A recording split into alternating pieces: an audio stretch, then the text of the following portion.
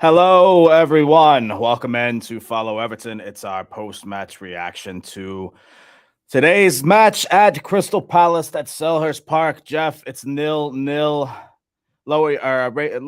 Raise your phone a little bit. Sorry, I'm only catching the bottom of your face there. We got it. There we go.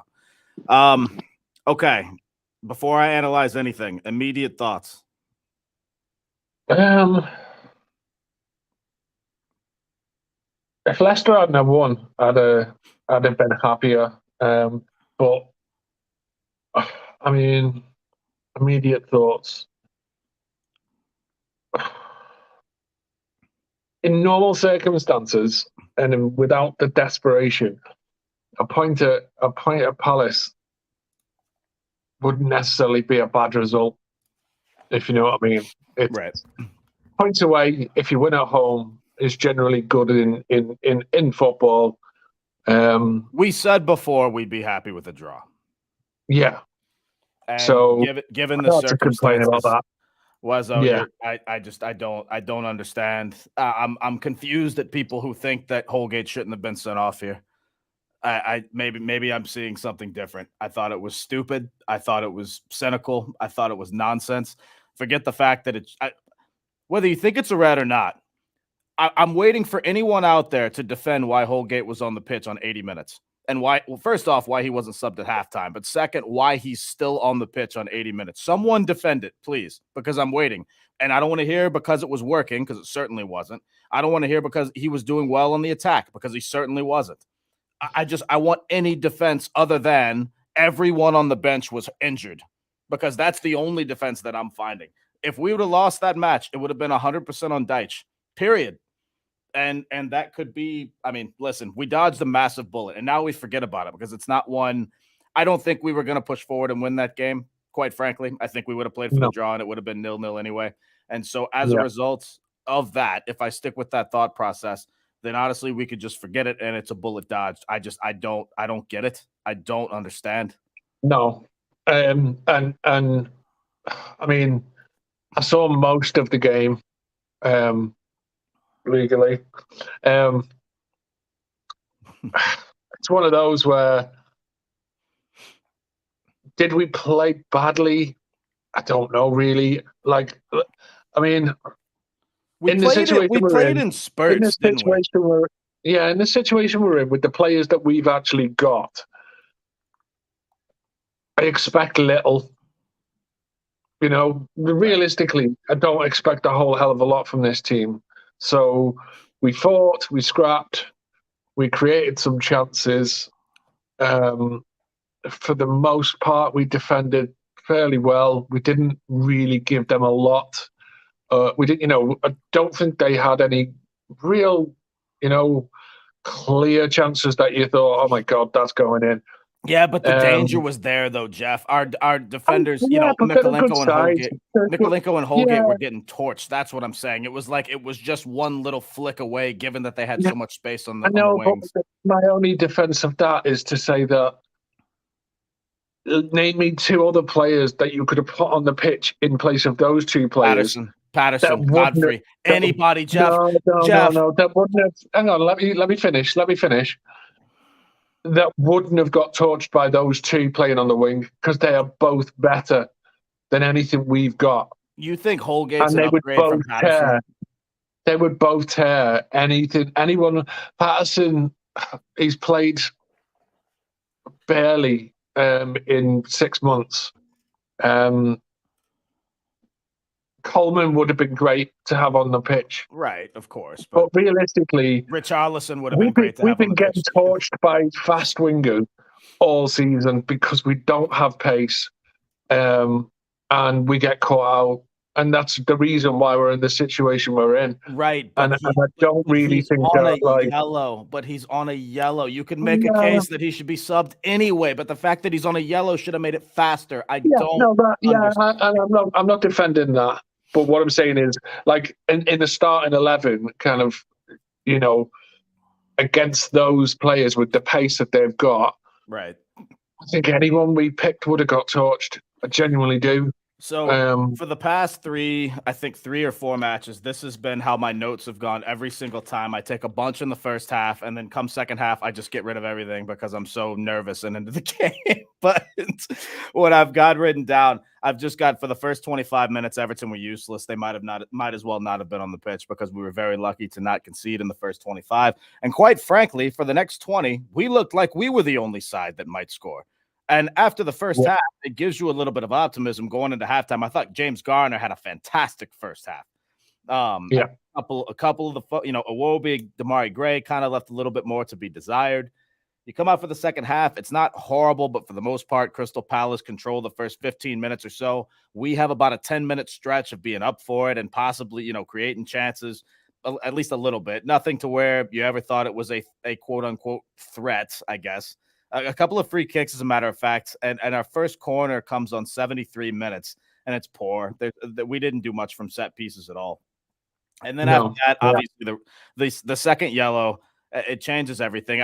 Somebody said it's never a red card. No, it's not a red. It's a second yellow, and I think both yellows were deserved. But that's my, I guess, personal opinion. I'm going to pull the table up very quickly. We're only going to take a look at this once because I don't want to dwell on it. All I'm going to say is that in the long-term thinking, you couldn't look at Leicester's schedule and think that they weren't going to find a win somewhere, whether we wanted it to happen or not.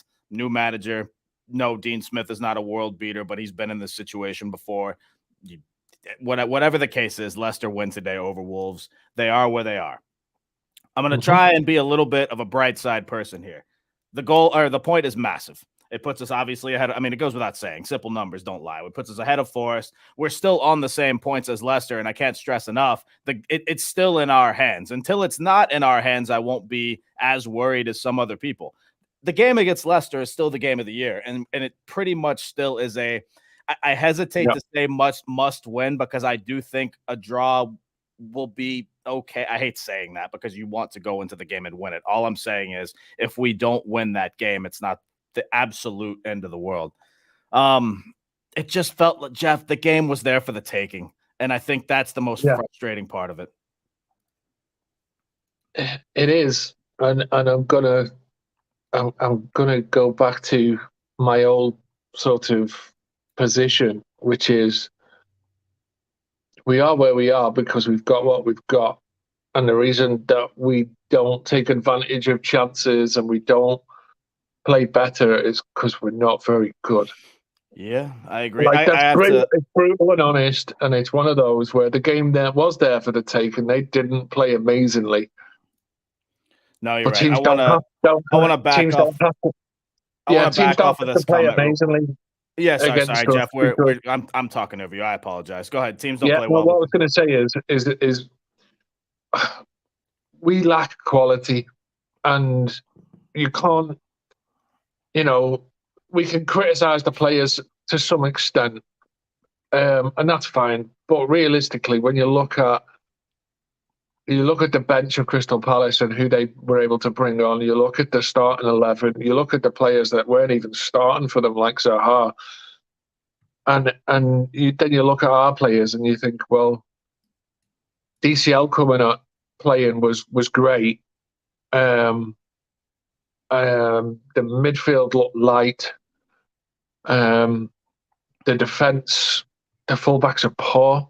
They're not Premier League quality. Any of them realistically, right?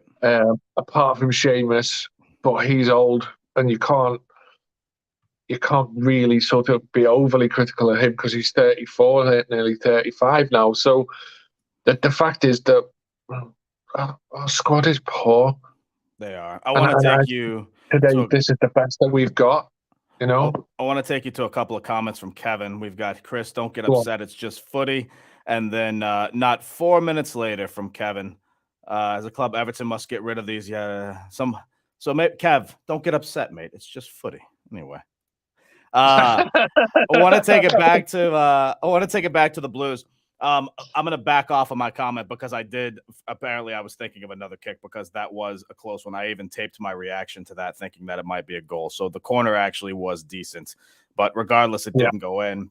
And it's a frustrating day to an extent. Again, I'm trying not to be too upset because I'm trying to not look at the table, put it that way, because it was not bad. It's a point on the road. It's more than we've got recently. I'm trying to see optimism here. Some ratings. I'm going to get to this a little bit later, but just while it's out there, Chris Light has thrown his ratings out. Pickford 8, Holgate 5. Holgate 5 is an abomination. It's got to be 3 or lower from me. 7 and an 8.5 from Keenan Tarkovsky. I'm assuming you gave them a bonus point just for a clean sheet because they didn't really offer much from me, but maybe I'm being a little too harsh on these guys. And then the rest, it just seems like they're a bit above average. DCL can have a 7. I'm very okay with that simply because he played 90 minutes, Jeff. We need to get onto that because if we're going to take any positives away from this game, it's that. I know it was a slight limp when he came off. And again, it's to the point where anytime there is even the slightest of limps, you fear for the worst. But I'm pretty sure that was just as a result of 90 minutes of play. I'm surprised he made it to the end of the game, to be fair. Yeah. So, yeah. We definitely need him. It's so much different. It's night and day difference on the attack with DCL out there. Yeah, it is. And if and it's a big if, I understand that. If we back this result up by beating Newcastle, then we can take the two games in together and say 4 points from those 2 games. That's excellent. If we get beat by Newcastle on Thursday, then this point is meaningless. It really is. So, take this result in isolation. Like I said, take the league table out of the situation and just look at the game on its own merits. And it's a respectable point against a side that's just won its last 3 games away from home. And not only that, Crystal Palace have been. I mean, their last 3 games, they've scored 2 goals, 5 goals, and 2 goals, respectively. We go in and get an away clean sheet. If my memory serves me correctly, we had a clean sheet against Fulham away, Watford away last season, and Brighton away, unless I'm missing one. And the point I'm making is these don't happen very often. So it needs to be at least taken. That needs to be taken into account. It's an away clean sheet. That's a positive note, no matter how it looks and how many shots and whatever the case. None of them went in. No, and we've got three draws in our last 4 away games, I think. Is that right? 3 and 5, I believe. Is it 3 and 5? Yeah, because I might be wrong. Hey, let me take a look. We drew we drew Chelsea and Forest, but we've had Man United away. Oh no, that's right. I'm getting it mixed up with Fulham. So yeah, 3 draws in the last 4. That's correct. Chelsea, Forest, and then Palace. Yeah. So I thought so. Yeah. So in terms of the away form, like I said, if you win your home games and draw your away games, that's a solid Premier League team. But generally speaking, as of now, I can't forget what we just put out against Fulham. Exactly, home. And that's the problem. And that's the problem is that we're not winning the games at home, and getting draws away. If you don't win your home games, doesn't mean anything. Right. It doesn't, because we can't just draw games and hope to survive. We can't. We have to start picking up some wins. So, like I said, if that draw is followed up by beating Newcastle, and then maybe a draw against, Leicester, then we can sort of look at the end of next week and go, yeah, that wasn't too bad. But yeah, I just think I think our chances of staying up are very, very, very, very slim. I think I don't think much has. I don't think much has changed. I'll say the point is much more massive given Leicester's win. I mean, if Leicester win and we lose this game somehow 1-0, it's obviously much worse. And I'm not saying anything that no one knows. I think people need to take that into consideration. The Blues makes a good point. Other than the clean sheet, we didn't have Onana, Decore, and Coleman. We get Decore back for Thursday. I don't think my guess is that Coleman's going to be out for a little bit. Onana is going to be a question mark. My gut actually tells me that Onana is probably not going to be back on Thursday. I have a feeling Deitch might try to save him for Leicester on Monday. Hope I'm wrong. I'd love to see Onana back on the side. I think it's a plus when he's there. I just don't expect it, especially given the way Garner played today and having Decore possibly slot into that quote unquote Onana role. That's my guess. But what say you? I mean, obviously, I'm not. I don't know the full details of whatever. But as far as I'm aware, I think it was the case of this was a bit too early to risk him. Right. So he's like, I don't think it was a major injury. I don't think that it's something that's going to keep him out for weeks. I just think that maybe this was a game too early, and he might be available for Thursday. Some people But will it's a watch argue. and see. Some people will argue that even if he's half fit, we only have 7 games left, 7 cup finals as it's been described. So even if he's half fit, he should be on the pitch. I actually sort of disagree with that. What about you?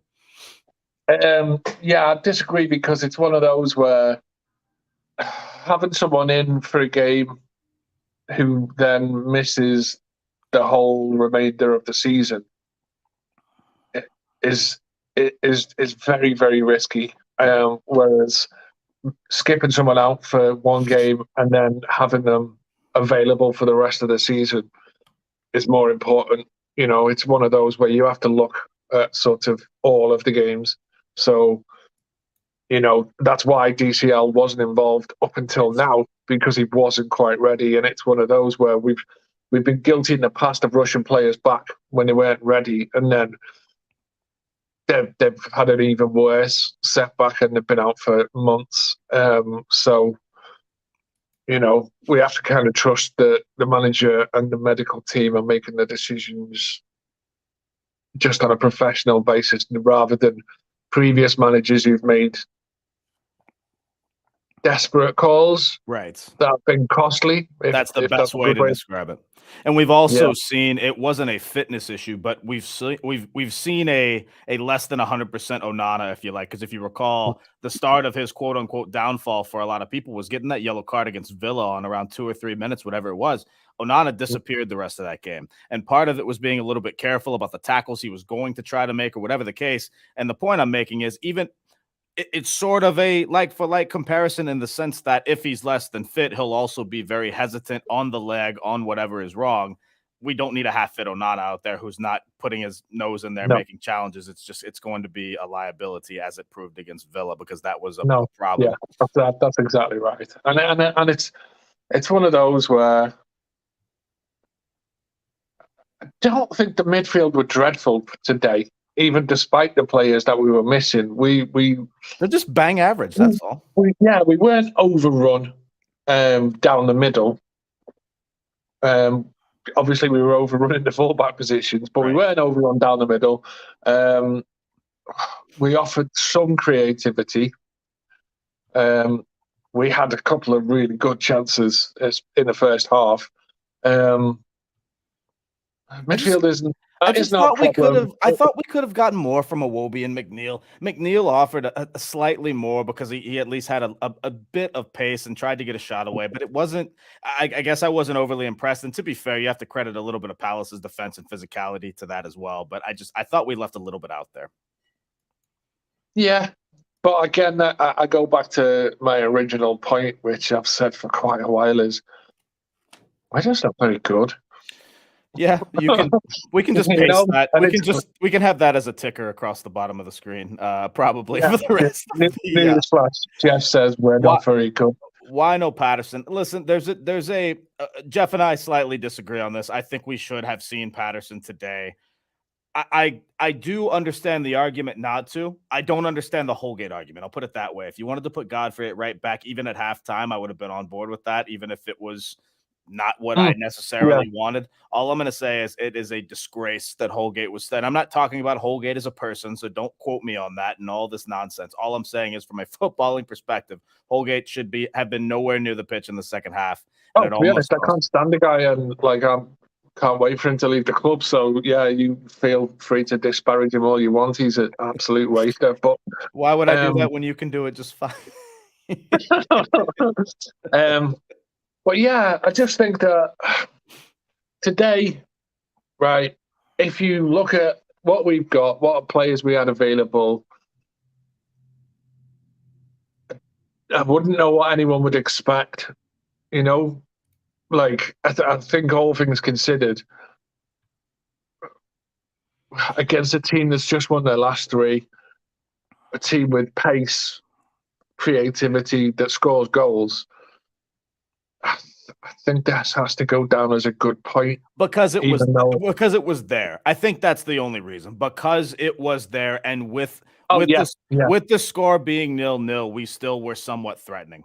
And so I think that yeah, that's why some will come away from this saying, well, we could have gotten a little bit more, and whether we deserved it yeah. or not is I up. agree as well, and I don't disagree with that. We had a really good spell. They started really well, which I mean, you expect that. They're at home. They're confident on the back Right. of 3 wins. They've got pace in their side. They're a very physical side. I expected them to come at us. Like, I fully expected that. And, you know, they were all over us for a bit, but we weathered the storm. We did. And we came back into the game after probably about half an hour, the last 27, 28 minutes. From then on, we started, you know, getting a little bit more into the game, getting a little bit more possession. We started creating some stuff.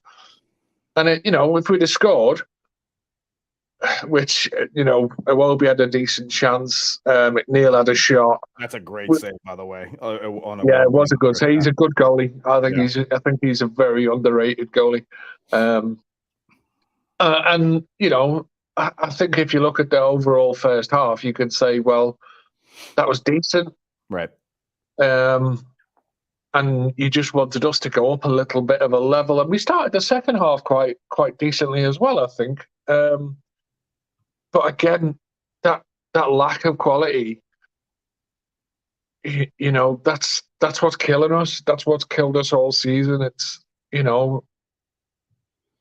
put in effort, they tried, they're just But it's not just not quite. that good. They're not quite good. I think Yeah, we found the theme of today's episode, ladies and gentlemen. Mr. Blue Sky yeah, says, I'd play Decore, drop Gray, put Iwobi on the right, and Coleman right back. Here's the problem, my mate. Coleman is hurt, and he's in his mid-30s. It's not just yeah. that easy to throw Coleman back on. We've got counting the Twitter machine and Facebook, we've got over 100 eyes on the product. We're only a few subs from 2,000 on YouTube. So if you haven't subscribed to us on YouTube already, please follow Everton on YouTube and do us that favor. We'd certainly appreciate it. I'd prefer Gray on the left and McNeil on the right, cutting inside. Just McNeil on the left, it seems like his bread and butter, even though I did see him a bit on the right today. I didn't love it, but that's what the way my thinking is. And I know everyone in the country knows McNeil is going left and won't cut right, and Gray is going right and won't cut left. I understand that. But having said that, McNeil was still getting a fair amount of crosses into the box when he was on the left side. So I'd prefer him there. My opinion on Gray is it like Wezzo? Wezzo's opinion is the most frustrating player to watch. What's yours? I think Gray's a bench player. Yeah. I don't think he's a starter. And the reason why I say that is because he's a headless chicken, and he basically. That is the second headless chicken reference that we've had on this channel in the past 3-4 days. Mazel tov. Nice. You guys must be talking behind us. Yeah. But yeah, so to me, I think Gray's an impact sub. I think when you're playing against a team that's played 60 minutes, they're tired, they've made some changes to their system, defenses have been running around a bit, you can bring on someone like a Demarai Gray, and he could just cause a bit of chaos with his pace. He's not gonna, he's not Ronaldo. He's not gonna come on and just. He very rarely is going to come on and bang one in the top corner. I know he's done it, but it's not like a thing. But coming on with his pace, he's got it in him. Defenses. Right. He's got it in him. Yeah. But yeah, just coming on to against a tired team when you're thinking, right, this game's up for grabs.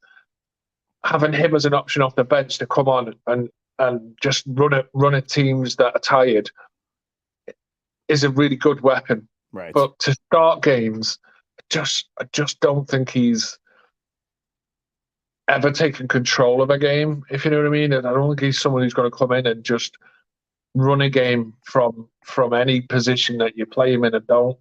So again, he was mostly anonymous today, and when he starts, like 9 times out of 10, he is anonymous. Today was frustrating in the role that he was expected to Yeah, play. I half expected someone to come on, either even Mope or Sims, just to kind of go for it more than Gray. And then obviously when Godfrey come on, it was because it was required. Shout out to Lucho yep. Falcone representing Argentina on our Everton fan channel Oh, today.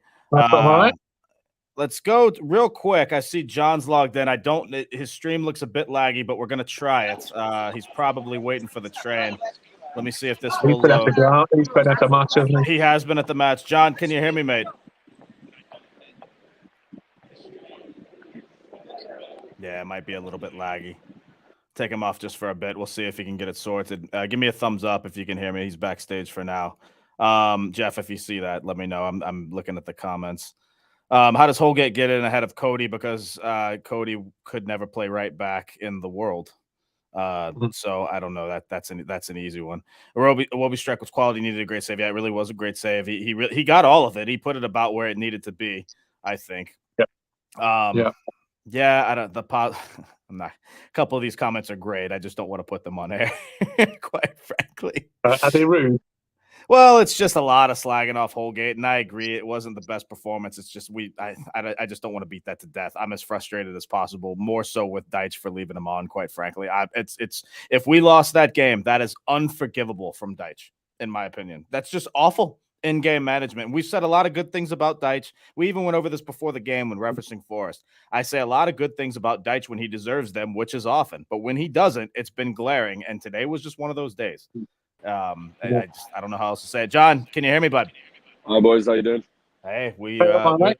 it's a point. How are you feeling? Yeah, I would have said the exact same thing. A point's a point. It's an important point. Obviously, we drop into the bottom three, and Leicester won today, but we still have to play them. And you know what? It was an all right game. I think they started off much better, but we played all right. I think Garner played excellent. He was probably the best player on the pitch. I would have liked to see, yeah. I would have liked to see Dyche make some subs. I think he didn't know what he was doing in that respect. I personally would have taken off Calvert-Lewin probably 50th, 60th minute. I know he's just come back from injury. I still don't think he's fit or anywhere near fit enough to be playing a full 90. He's not what he once was. Under Ferguson, he was flying in for every ball, getting on the end of it and scoring goals. Today, he was just not on it. I'm pretty sure he probably won about 1 or 2 balls in total. I think the problem is that we're having is we're not winning enough second balls. We keep losing possession aimlessly. Too many times we're not really under any pressure. And Tarkovsky or not, I think he played all right, but we're hoofing the ball up there, trying to, I don't know, either clear the ball or try and give it to someone, but they're not putting it in the right space. And it's costing us a lot of possession a lot of the time. I think every other player had an average, all right game. Nothing to really shout about apart from Garner. But again, a point's a point. I think every Everton fan, when we go 10 men down, which is a stupid tackle, didn't need to make it. But as soon as we go 10 men down with 10 minutes left and 5 minutes of extra time, I think everyone's thinking, here we go, Palace 1-0.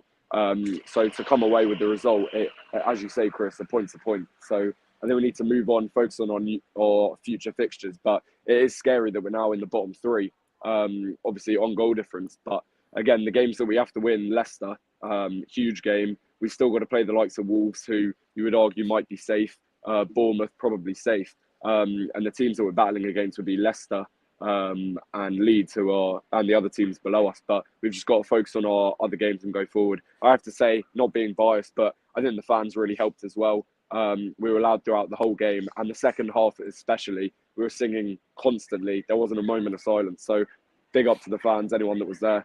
But yeah, I think we just have to focus and push on now.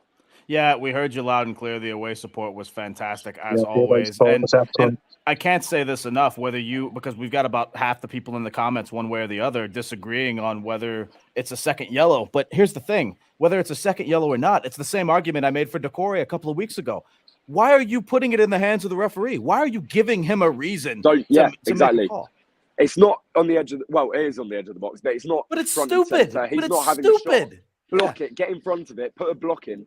you don't need to make that challenge. And obviously it puts us in a precarious situation, especially when we need to be battling and winning everything that we can. It's a stupid tackle to be making. And as you say, don't put it to the ref to be even in that position to maybe get a yellow.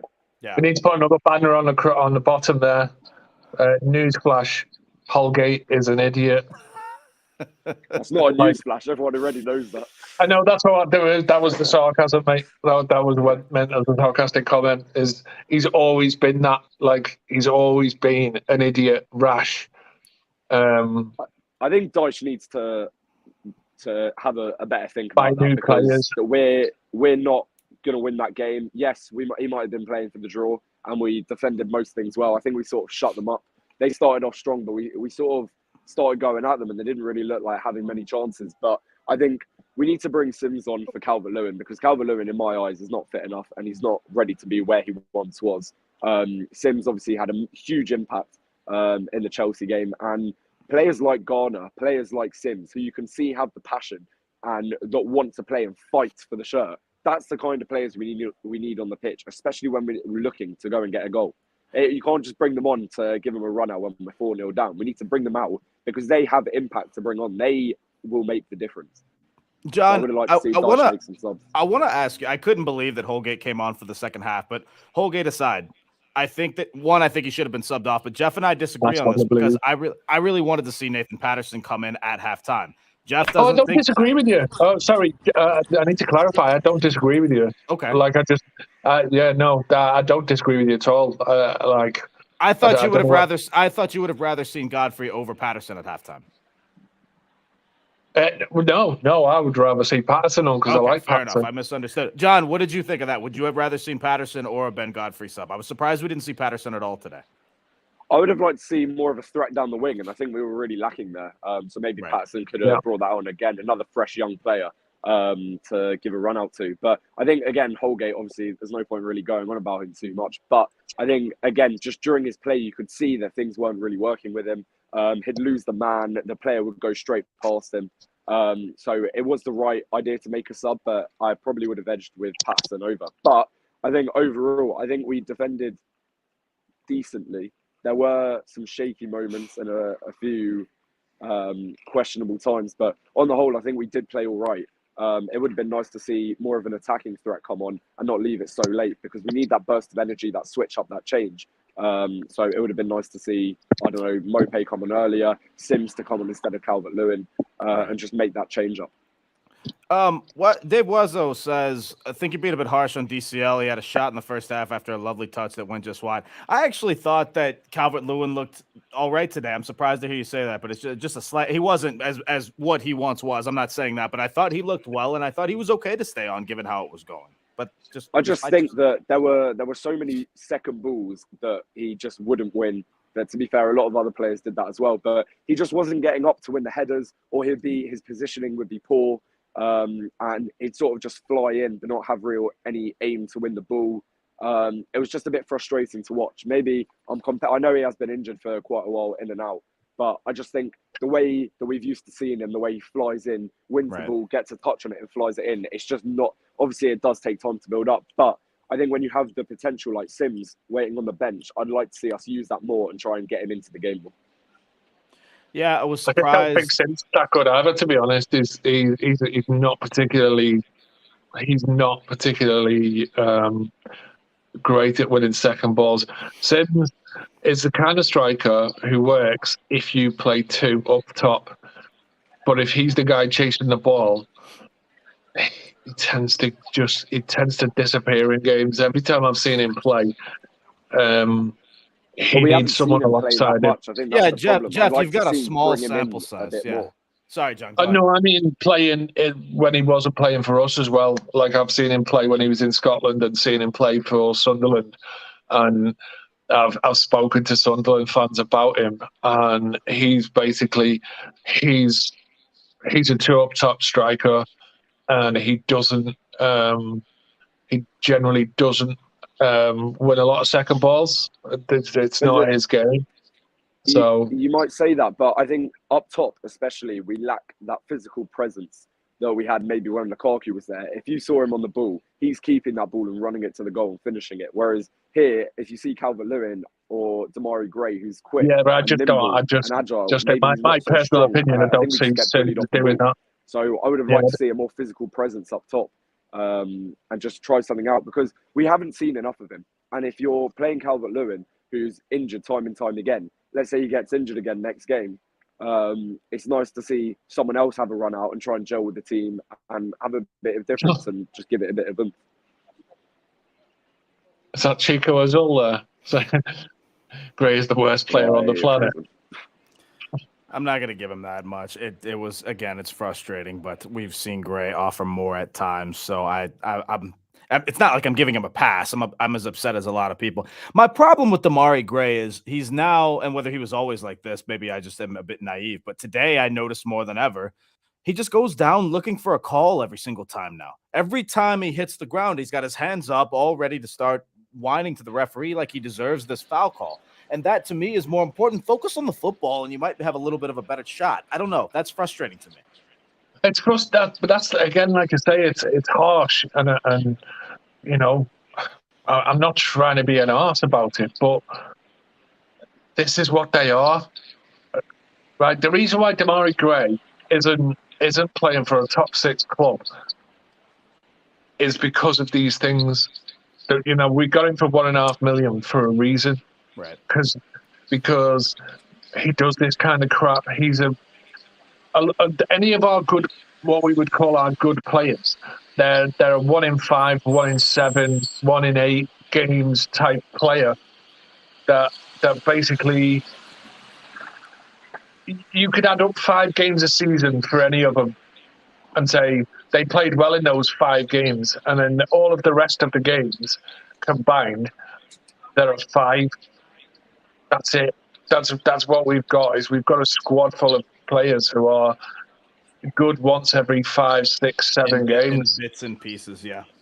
Yeah, that's it. I think the thing is, though, we're in the position we are, and Dyche has come in trying to work his magic with our players, and they're the players that we've got. We can't sit here and say X, Y, and Z about how they're poor, they can't do anything. We need to sort of figure out a way how we can get the most out of each of our players. And I think as we say, there are shining moments, and I think it's just about the consistency and have these good players, because we can't focus on Calvert-Lewin being injured every other game and just having to switch in and out. So that's why I say bring Sims on and try and get in someone who's not injured the whole time, show a bit of physicality, a bit of strength. And because if we're using these players time and time again, and they keep getting injured, we need to not let that stop us, and we need to try and bring other players in, if that makes sense. No, it does, especially given that this week more than ever we have a short turnaround and we play Thursday nights. And so you wonder if that 90-minute run will affect DCL. Again, you'd like to think not, given he's a professional footballer, but his past, especially past 18 to 24 months, has to be taken into account. Do you think we see DCL starting Thursday, or do you think he comes off the bench? Not to get too far ahead of us into Newcastle. We'll have a lot of pre-match and all that. But just coming off of this, what we just saw, what do you think, John? I like the fact that he's come on, he's trying to get back into fitness, but where he once was is not where he is at now. I'd rather see him come on maybe for 60 minutes at the start like he did today, and then go off for someone else, obviously see how he's playing, or maybe start someone else and bring him on as like a super sub later in the game. I just don't think with his fitness at the moment, he's not on the pace of where he was. His vision is not where it was. So I'd like to see a bit of a switch up there. And slowly ease him back in, as opposed to giving him 90 minutes every game. Be like, right, DCL is our star man. We need him on the pitch. Just play him, because that is how you get injured time and time again, and that's what's been happening. So instead of rushing into things, maybe ease him in a bit and utilize him that way. Jeff, with same question, I guess with a bit of a caveat. I mentioned we have Decore coming back, so he will take one slot in the midfield, and that will, if you want to play Gray. I know you mentioned you want to see Gray as a sub, but it at least in case DCL is injured, it gives Gray the ability to push up top. What do you think after 90 minutes? I really thought he looked fine, and I think he'll be fine for Thursday, but I'm kind of with John as well. You don't want to overdo it. What do you think? Yeah, I think he's probably going to need to lie down for 2 days to get over the shock of playing 90 minutes. Yeah. I'm hoping he's available because we need him. And this is the thing that we're in the situation now where it's like we're almost in the situation. Well, we're not almost. We are fully in the situation where we don't want to take risks, but we might have to, Right. because if God forbid we lose against Newcastle, then we have to go to Leicester and win. But have to, And that must win by far. have to, and that's not even an easy thing. That because they've been in bad form, no doubt about it. Leicester have been in appalling form, but they're not an appallingly bad team. They shouldn't be where they are based on the. I'll use an Americanism based on the roster. Right. They shouldn't be where they are. So they've been in the doldrums, but that result today could be what they needed. Just that little boost that gets them to click, and they suddenly start playing like the potential that we know that Leicester have got. That becomes a problem. So Right. now we're in a position where we've got to beat Newcastle, who are going for the Champions League. We probably have to go and get something from Leicester, who are desperate and maybe We have to feeling a beat bit more Leicester. We can't confident. get something. We have to beat Leicester. You don't think? Yeah, and then we've a got draw is Man bad? City, and then we've got Man City on after that, and so I'm feeling gloomy. John, you if you don't look think at a it, draw is good? It has to be a win at Leicester, is what it you're has saying. to be. There are games that have to be a win, Right. and those games are Wolves, Leicester, and Bournemouth.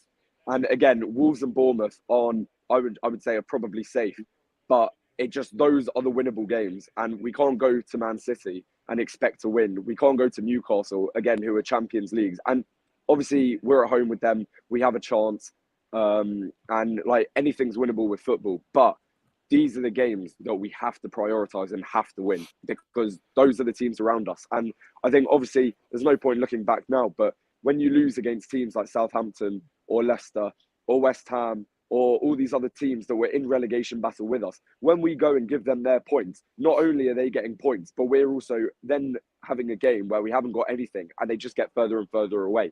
So I think we need to set up with those games going hell for leather and get our goals going. And then when we come to teams like City or Newcastle, we sit back and protect our draw. Because if we can get a point against the bigger teams and then win against the lower teams that are around us and we're battling for them, that is where we're going to get safety from.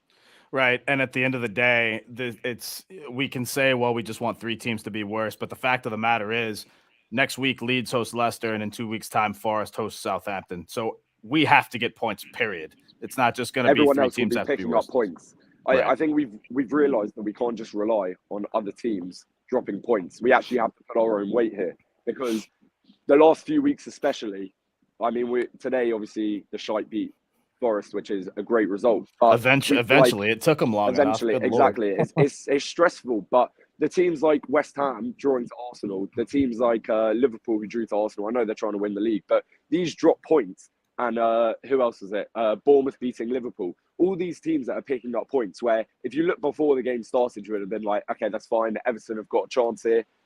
We just need to focus on our game. But when we lose to Fulham and then they go and Bournemouth beat Spurs, it's games like that where you're like we can't rely on teams dropping points. We have to pull our own weight. And that's why it's critical for us to beat Leicester, beat Bournemouth, beat Wolves. It's those teams that we need to beat. I think we have to stop looking around other teams in the table and focus on ourselves. And not only that, you're seeing all these other teams get these results and still wondering when is ours going to come, right? Especially from away from home. And it just gets more and more frustrating. You see Bournemouth went on the road. You see even a team like Leeds went on the road of all teams, going to the Molineux a couple of weeks ago and winning 4-2. You know, it just gets more and more frustrating. I will say this: it's a better performance today than we saw in our last away match against Man United. And it sounds like a silly baby steps type thing, but I'm trying. If there's a positive, it's that. I think the problem with us is we can defend well, bar the silly errors. But these other teams, if you look on paper, Palace have some incredible goal scorers. Leicester have some very good goal scorers. If you look at our team, you just wonder where are the goals going to come from. And yes, we might be able to sit back, defend for 90 minutes if we don't get a red card here and there. But we could defend a draw or get a point or a result. I think the problem with us, again, if you mention Calvert-Lewin, Gray, Iwobi's done phenomenal. So I'm not gonna. He's been very good for us. Phenomenal. But Which well, Iwobi have you been watching? Sorry, yeah, maybe phenomenal is the wrong word. But when you compare it to the other players, he moves the ball about, and you just wonder where are the goals going to come from with our team. And I think that's why it's so important that we sort our stuff out and focus on these other teams that are around us. Yeah, I think that I brought it up a couple times, but I think it's not being talked about enough that Decore is coming back next week. I think that they're this week, I should say. I think that's going to be a just boost. Before all the comments come for me for saying phenomenal, I take that word back. He backed off of it, guys. Relax. Yeah. Don't have me for that. No, I think Decore coming back is a big boost. And again, I think we might turn into Martinez then. We might, yeah, right. Dare I say this? We might actually be close to a position where we can have a couple of subs coming off the bench, the likes of Damari Gray, the likes of James Garner, the likes of somebody like that to come off the bench and make an impact rather than our first sub having to be Tom Davis just because we literally have nobody else to look at on the bench. It's options. That's all I'm saying. It's options. It's fresh legs. It could mean a lot in the course of a 90-minute match, something we haven't seen in a while. It might just be happening at the right time. Again, is it the hope that's killing me? I have no idea, but that's all I've got to hang on to. I get a lot of stick for it because I'm just like, I don't do the clutching at straws, but it feels like clutching at straws is basically all we've got left because it's literally just hope. Like we're hoping that something will happen. We're hoping that something special. But like as every game goes by and we repeat the same mantra, it's like, if we get a result next week and these results are ticking on by. And like I say, you look at who we've got to play left. Brighton away. That's a tough game. Man City at home, Newcastle at home. They're both very, very tough games. Leicester away, huge, massive game. And they've got goal scorers and they've got quality. And then you're thinking, are we going to be already down by the time we get to play Bournemouth? I don't know. So I was just about to say that. Obviously, Bournemouth is a huge game as well, and that could be the decider. But we need to actually get there first, and it's the teams. Yeah, like we need to be in the situation to take advantage of that. Yeah, if we can. So, Ryan, are you there? Can you hear us? Ryan's must. Ryan, you might be muted. You are on stream, but I don't hear you, mate. If you're talking. Yeah, we'll leave him there for just a bit anyway. I don't think, given the teams around us, that we'll be mathematically down by the time we get to Bournemouth. What I will say is I think the absolute worst-case scenario, and it is possible, is that we might be in the bottom three needing to win that game plus a little bit of help because I just don't think the other teams are going to pick up that many points. They will be picking up points. I just don't think it will be that many to put us mathematically down, given that their fixtures are going to be difficult as well. Now, if these other teams all go on a run... I think Southampton and Forest are in a lot of trouble. Right. However, I think if you look they play each other, John. Somebody's got to get points. But the thing is, though, I think if you look at the teams that are above us, I think it's Leicester and Leeds that are going to be the ones in the battle with us. I think if you look at West Ham, because they have 2 games in hand as well, the other teams above them, like Bournemouth or Wolves, I think they probably already have enough of a gap between us. Obviously, things do change, but I think with the momentum that they have, I just don't see them dropping back into the fray with us. So I think realistically, Leeds are in a lot of trouble. I think they had a stat which in April they conceded 20 goals, which is the record. And this time round, I think they conceded 18 after the Fulham loss. So they're in a real spot of bother, and hopefully they drop continually again. Obviously, Leicester, we have to play them, and if we can beat them, that'll put a massive edge on us over them. But I think if you look above that, then I really don't think that they're going to drop back into it. So again, it's these teams like Leicester that is a must-win game. A point just isn't good enough, especially with the goal difference. Yeah, Leeds just can't defend. They've conceded a league-high 62 goals, and it's. I mean, if you want to say 2 goals was better today, then fine. I mean, their last 2 games, they were outscored 11 goals to 2, both home games, I might add. And then Leicester come into Ellen Road next week. or Tuesday, I should say. I'm way off on that. I didn't know that was such a quick turnaround. Tuesday night is when Leeds host Leicester, and so that's What a result do we massive want game. from that? Probably a draw. I guess we want to draw, six right? games left or 7, is it? 6? We have 6 left. Most of the teams around us have 6 left. And we have to win half of them. No shot. 9 points is. I mean, 9 points is great, but it will less than 9 points will keep us up, given the teams around us. Which is why if 9 points will keep us up, Leicester, Wolves, and Bournemouth are all must-win games. That's why I'm saying sod Man City, sod Newcastle. Like, obviously, if we can get draws there, then great. Or if we can somehow get a win, yeah. then But fine, you're great. saying 2 wins away from home, John. I mean, that's just I don't see how that's going to happen. No. It's different. I'm not saying it's easy, but they are must-win games because they are our competition. And too many times previously in the league have we lost to West Ham, Southampton, Bournemouth. We've lost to all these teams multiple times. Put it this way, and had we set out for a draw in the first place, not only would they not have 3 points above us, they'd knock 2 off and we'd be gaining a point, and we would not be in the relegation battle. So right here's a question for you. Here's a question for you, Jonathan. It's an honest question. Take your Everton hat off, right? Take your Everton hat off. Honest. This is a bad Take start. your Everton hat off. Is this one of the worst 3 teams in the league? Everton are one of the worst 3 teams in the league. And do they I said this halfway through the season, just before probably go down? The thing is, Jeff, though, let's put it on the screen. We're just not that good. I would say that we are one of the worst 3 teams in the league. However, that doesn't mean that we have to go down. If we play the way we should do, and we have some organisation, we cut out the errors that we've had and we've seen in the past, and we actually work as a unit, there is no reason why we can't beat Leicester and get some good form going, and then beat Wolves and beat Bournemouth. It'll put us in a comfortable position when we come towards Bournemouth, and we don't have to be that's just blind-eyed optimism to me. Just to piggyback off that. It's not. I would say, I've said that we are one of the worst 3 teams in the league. I said that when we had Lampard as our manager, and that's why I was so worried and so aggressive when I came on the streams. However, that doesn't mean we have to go down. Other teams are struggling massively as well. Nothing's impossible. Nothing's impossible. But yeah, I look at these players and I've watched them for all season, and you know,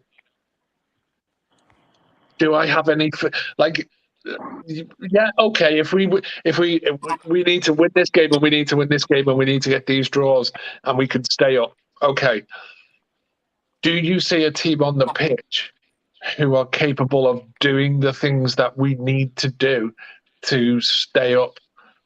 That's my concern. I do not see it. And when it comes to the end of the season, which when we're very much in the end of the season, things happen, and you see teams that are fighting to stay up and magical moments. If you play for the shirt and give your all, that's why Everton is such a special club, because when you actually play for the shirt, the fans will get behind you 100%. The fans today, as they always are, were incredible, and we need them to be behind us for the whole thing. Ryan, so it's basically not a neutral view. It's a biased kind of hopeful, optimistic. We can do this kind of Everton and all that. But it's not just for Everton, because any a neutral outside view is we're a poor side. We don't score goals. Like Jeff, I'm not just saying. Just in realism, any of the teams in the relegation battle at the moment could go down.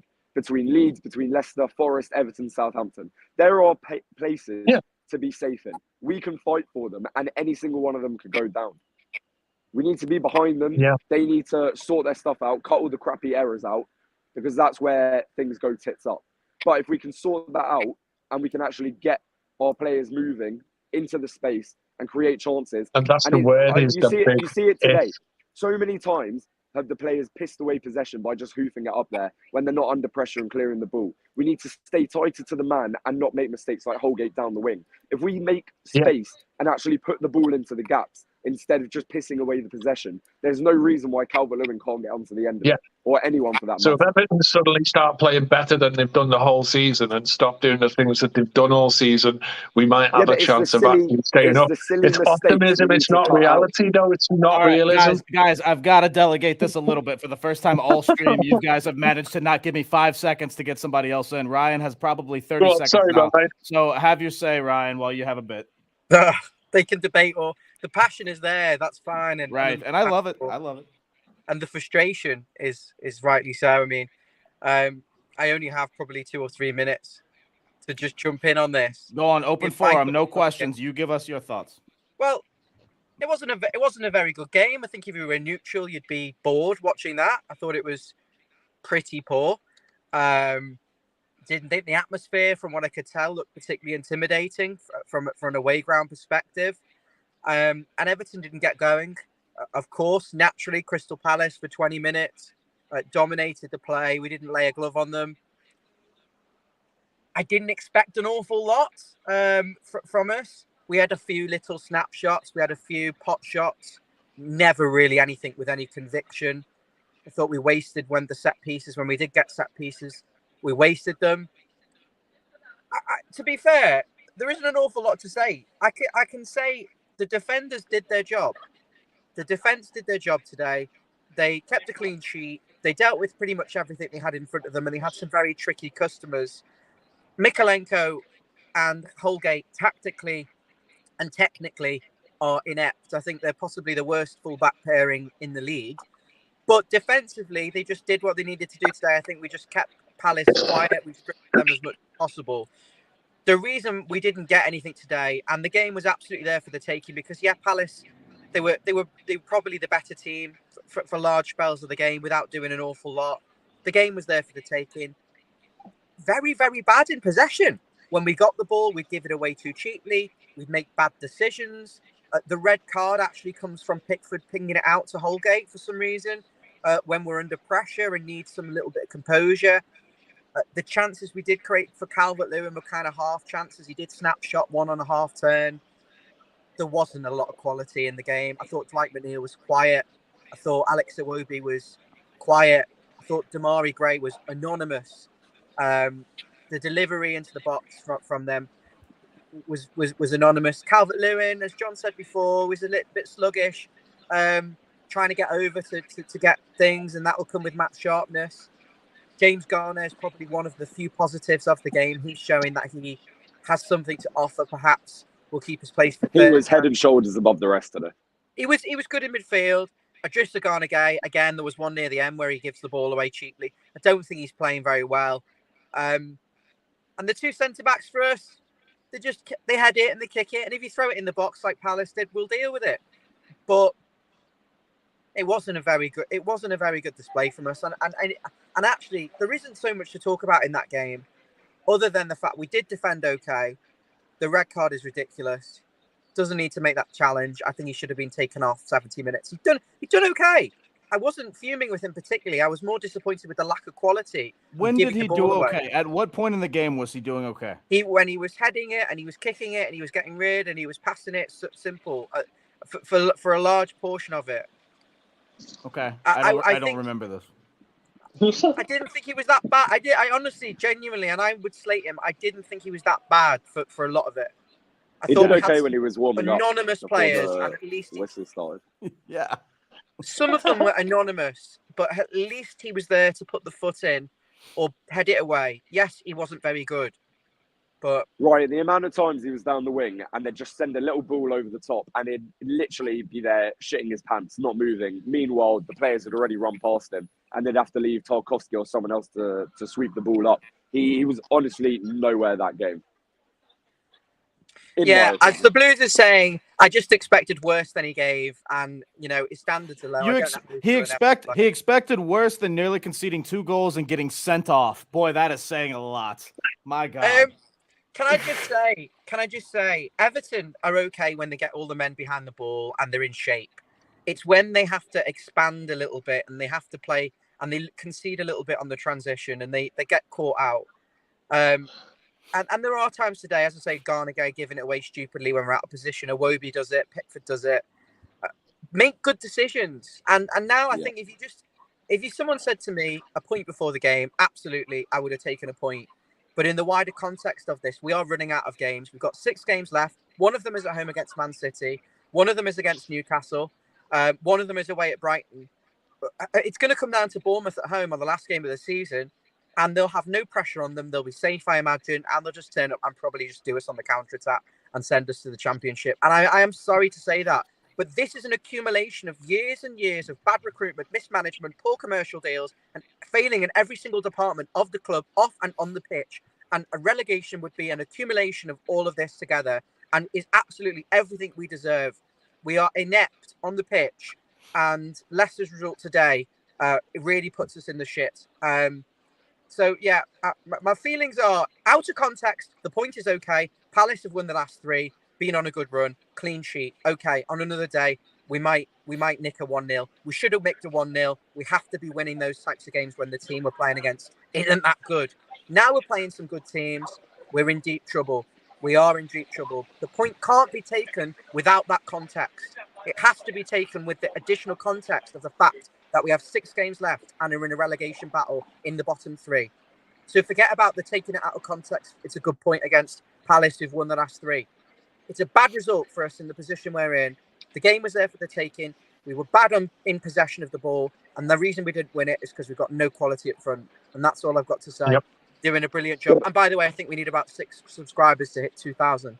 So hit the subscribe button. I'm going to pass you back over to our wonderful Chris and our brilliant co-pundits, John and Jeff. And I'm going to go and entertain 120 people in Widnes in a hotel and try and put this great smiley face on that we're not in the bottom 3. And I'm really happy inside. I'm doing it great, guys. Lovely to meet you. Look at that. Cheers, mate. We'll talk to you soon. Cheers, mate. Right. Chris, if I could just hop in there, just on what Ryan was saying. I think, obviously, the context is important, but you two just said to me as well before that, would you take the point?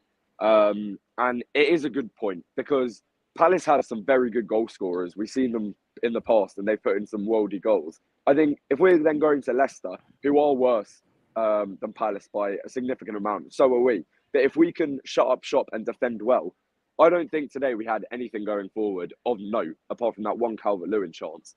But if we can defend how we do, there's no reason against Leicester why we can't go forward and score, because I think their defence has faltered as well. So I think the teams that we are coming up against, like, the point is a very good result. And again, before the game, I would have taken that, because, to be honest, away from home against Palace, I would have put us down to lose that game if I took off my Everton hat. And we got the result. So there's no reason, if we're going away to Leicester and Wolves or against these other teams, there's no reason why we can't shut up shop, keep a clean sheet, and then go on to look forward and push forward. It's not out of reach. It's going to be extremely difficult, and I know that, but it's not us relegated, confirmed yet. Right, and to put that in context, Leicester have conceded 56 goals to Palace's 40, and quite frankly, in those games, Leicester have looked much worse. And yes, I understand they won today for the first time in 9, but it's a much worse, less physical defense, one that I think that we can exploit more easily. Just my 2 cents. So that game is going to mean a lot, but again, it's a couple of weeks away. I don't want to get too far ahead of ourselves, only because we do have Newcastle coming up. And I wanted to ask Ryan what he might possibly want on Tuesday in terms of Leeds and Leicester, but that's something that we'll probably save for the pre-match build-up, which should be coming on Tuesday, if I'm not mistaken. I don't know what else we can really say today. We still have a lot of viewers, so I'm going to stay on for a little while, but I don't know how else we can we're going around in circles basically saying the same thing. What I will say is Ryan's words I usually respect. I don't know how he can look me in the eye with a straight face and tell me he thought Mason Holgate was good today. I'm shocked. I really think it's just for content. It has to be. But because I don't know what game he was watching quite there. Everything else, though, he was spot on in terms of everything, for the most part in the midfield. It just kind of left something to be desired with the exception of James Garner. I'm a little bit worried. I asked you the question a minute ago. I'm a little bit worried in terms of minutes, just because it's such a quick turnaround. And luckily we play Thursday and not Tuesday, but still, I just hope our legs don't fall off on Thursday, Yeah, definitely. It's a quick turnaround, but again, we're at home. Hopefully everyone's singing the blues behind us, and obviously that's not going to be enough to win it. But again, I think I did say Calvert-Lewin, I wouldn't want to see him play the full 90, but as Ryan did say, or it might have been you, Chris, I think it is the match sharpness that he's obviously been missing. And hopefully with more of a run out and try and get back into the flow of things. Hopefully he'll be able to be there and score some goals for us. But again, I don't want to rush into things, because I think obviously we've only got 6 games left. But if we push him in for another full 90 on Thursday and he's not got a whole week to rest, then he could very well get injured for the last 5 games, which would be crucial if he misses Leicester, Wolves and Bournemouth. So maybe against Newcastle, you play him till 60 minutes is up, or you bring him on later on, because it's a fine balance between finding that match sharpness that we need him to be on firing form. But also, if we lose him, then maybe it is done for us. Well, John, let me ask you this, because I know you've been busy and haven't been on the match previews, but since I might not get to speak to you before Newcastle, what do you actually, if you don't want to see Calvert-Lewin, let's just say Calvert-Lewin starts on the bench. We have Decore back. What's your formation look like? What's your squad lineup on Thursday? Do we see Sims up top? We haven't seen him start much. I prefer Sims off the bench personally. Nobody wants to see Mopé starting a game. What does your starting 11 look like on Thursday? You're putting me on the spot here. I would either play 2 up top and have Sims and Calvert-Lewin playing together, because then you could utilise both. They don't always have to just be sprinting forward, because if Calvert-Lewin's been off the pace, then maybe having 2 up there, their positioning can be slightly better and can feed off each other. Maybe I'd play 5 at the back and play the counter, keep our defensive play very strong as we have done, and then hopefully push forward and get a goal. Maybe if we introduce Patterson on the side, he can play more of as a wing back and get forward more and assist Gray on the wing, because again, if he's being quiet, we want someone to be able to push forward and maybe free Gay up a bit more. There are options, but I think we need to utilise our counter-attacking ability. Newcastle, like United, are a very strong team. They aren't anywhere near us, and they are battling for Champions League. Like, you can't compare the 2 teams of where we are.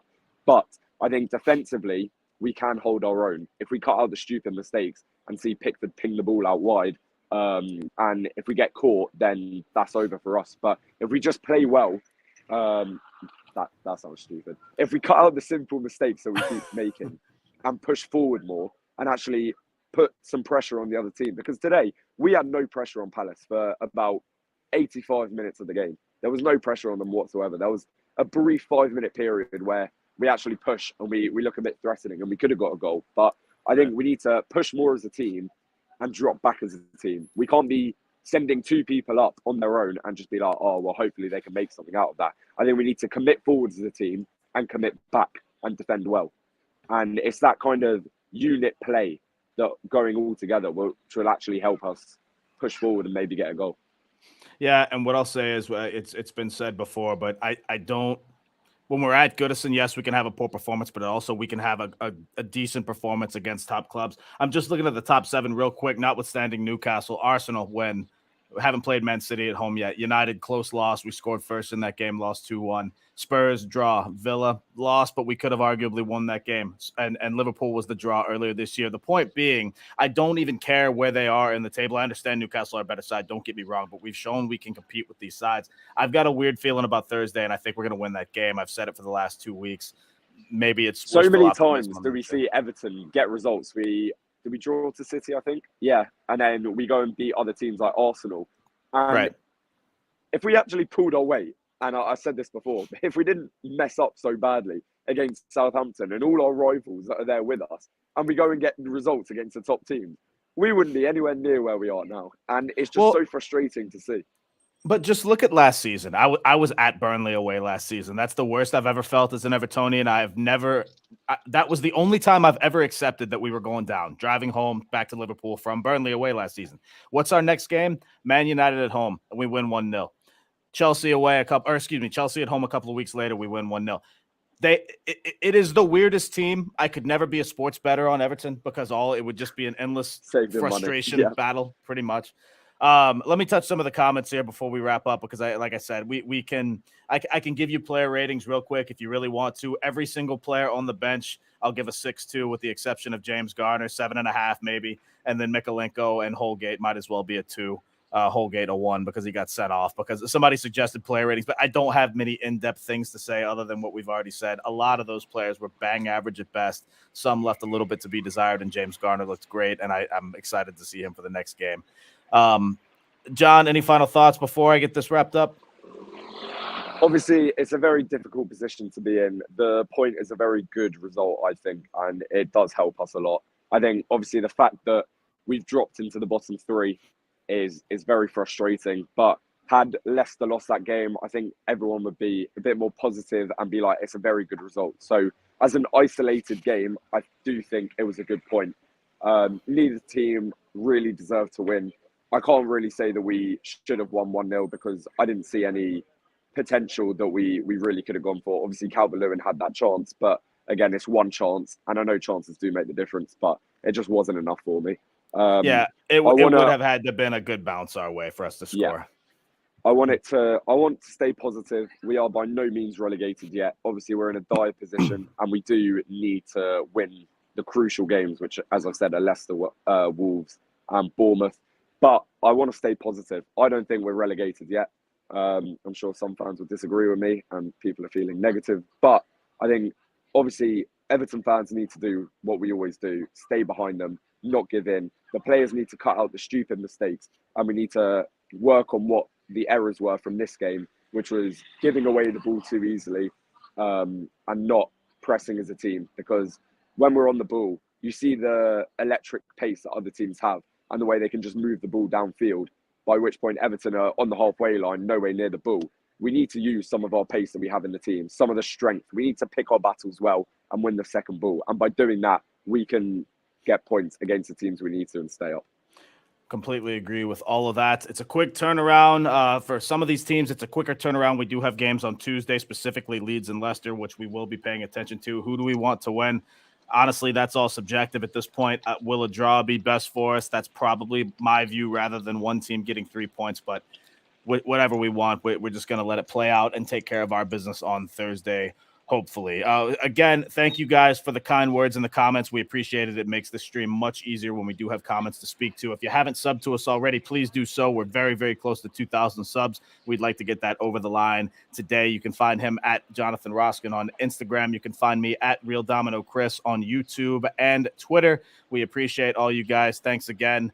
And you know what, mates? Up the Toffees. I know it doesn't look right in terms of the bottom three, but a point today.